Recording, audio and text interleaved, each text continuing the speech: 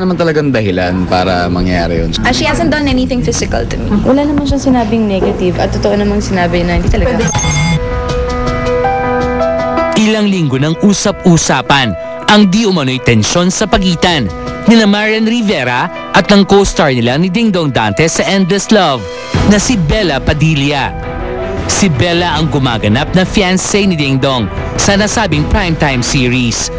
Sa isang interview ng Star Talk TX kina Dingdong at Bella noong August 31, nilinaw ng dalawa ang tungkol sa selosan issue.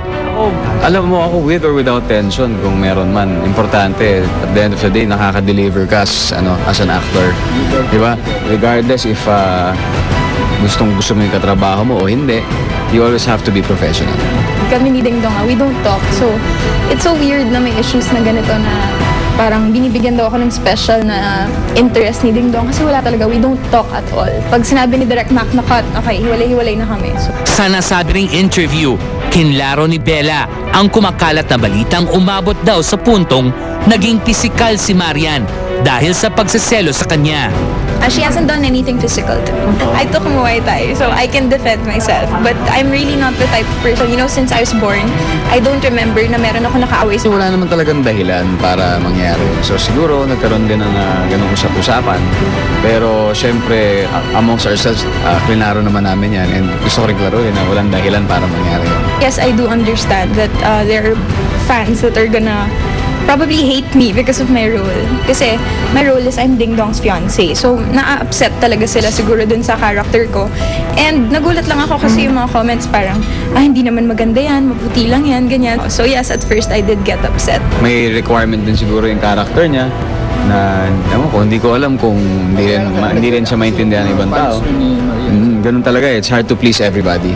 Pero yun na nga, as long as nakaka-deliver ka kung ano yung required sa'yo, dapat yun ang pinaka-importante. At ako, ang concern ko lang primarily is myself and my character as Johnny, and siguro sa ibang tao kung paano nila in-interpret yun, hindi ko na pinakikialaman yun. I don't think, I heard her say sa interview na wala pa siyang taong napagsaselosan. So if that's true, then that's good.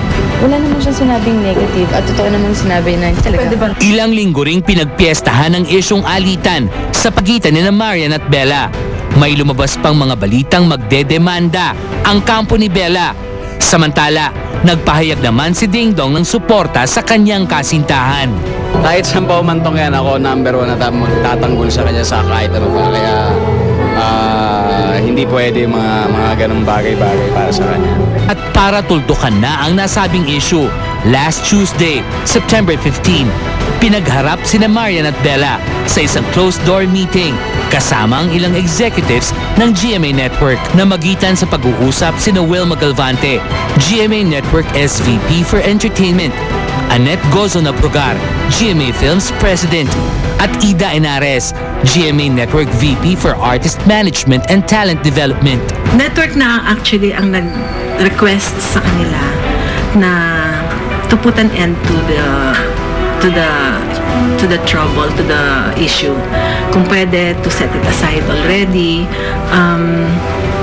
Kung meron mang kaguluhan na nangyari sa set, umihingi na rin kami ng paumanhin dun sa dalawa na lumaki. It has been blown out of proportion.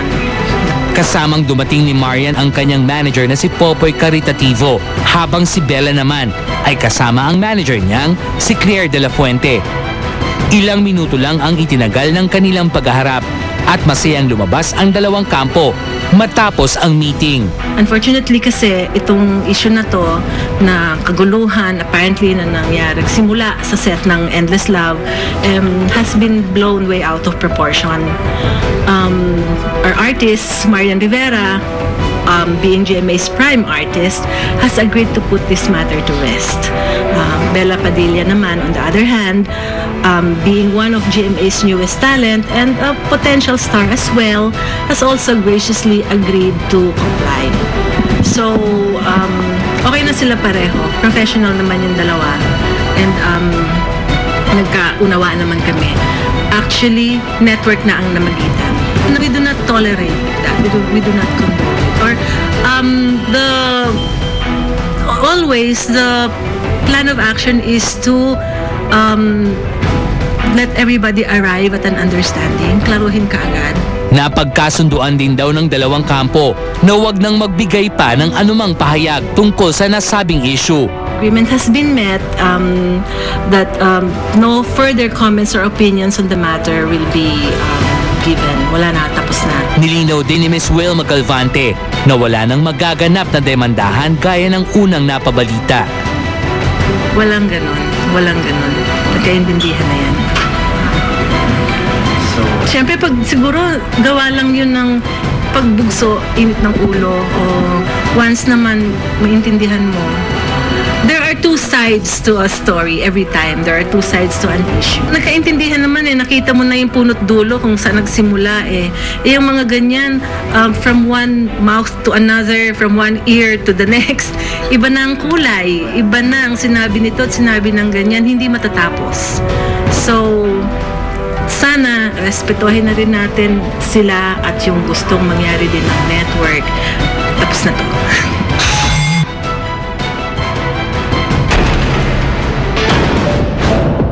You know what? The people who are hating, they don't matter.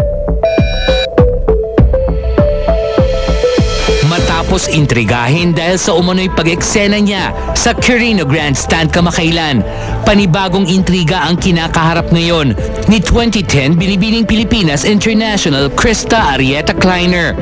Last week, isang Facebook page ang lantarang nagsulong ng petisyon upang ma-dethrone si Krista. Ang dahilan, may mga indecent lesbian photos umano ang dalaga na kumakalat ngayon sa internet at tabloids. Ngunit hindi lamang paninira ang ikinakalat ng naturang Facebook page.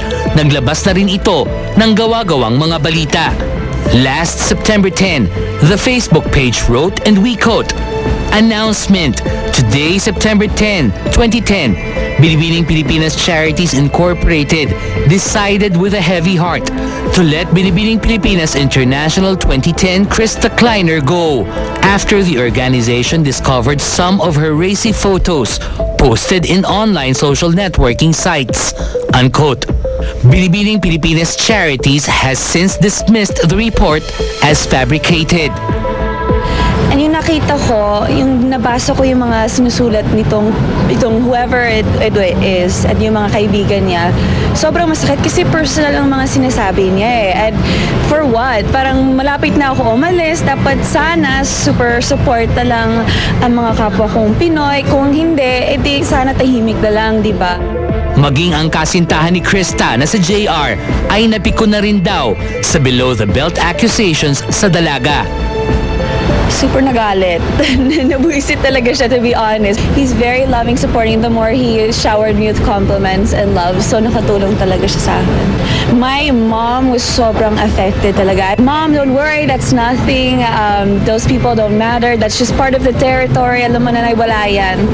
Sa kabila ng mga intriga, tuloy ang paghahanda ni Krista para sa nalalapit na Miss International pageant. Mahusay talaga naman yung training namin. Like, they're helping us, with picking the right outfits at saka sa, syempre, brushing up on walking, getting our confidence up there, training us on, having former beauty queens come in and talk with us so we feel more comfortable about where we're going. To be honest, syempre, there's a little bit of nervousness kasi I want to do well. Gaganapin ang Miss International pageant sa Chengdu, China sa November 7. Sa mga tao na kumakalat nagsasalita sa hate page, I'm sorry for doing whatever I did to make you guys not like me, but sana tigilan nyo na po kasi I'm really doing my best to represent the Philippines the best that I can.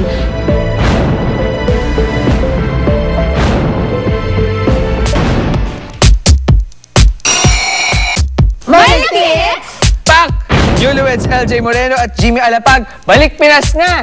Pak! Bakit? August 31 pala sila ikinasal. Kamusta naman? Okay naman. Happy, excited. We had the wedding and then we had our honeymoon in Hawaii, in Maui. Then we flew back and we did a lot of flying. Went to San Francisco, visited family. I'll see Eric Mink. One of my best men was my brother and Harvey, my teammate. So it was great. The entire trip to have the wedding with family and friends there, it was amazing. Paano naman dito? May ceremony rin ba? Dito hindi na siguro. Ano na lang, maybe get together with friends and talk. Speaking of wedding, sina Lara Kigaman at Marco Alcaraz, may i-announce na ba? I-announce ko yun, pero wala pa talaga.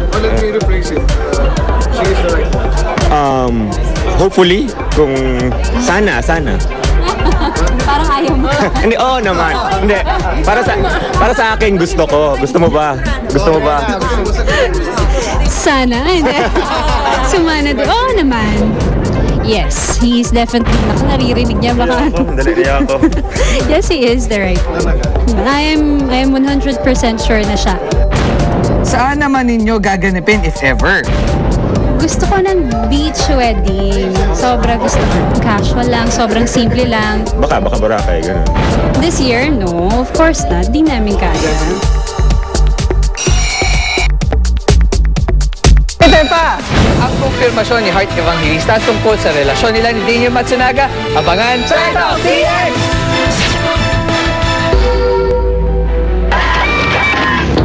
Next na! Edo Manzano, hindi asar talo sa pagsubok ng buhay dahil panalo-panalo ang career at love life. Do you have a love life? So yes or no? Yes. Everyone has a love life. Title TX!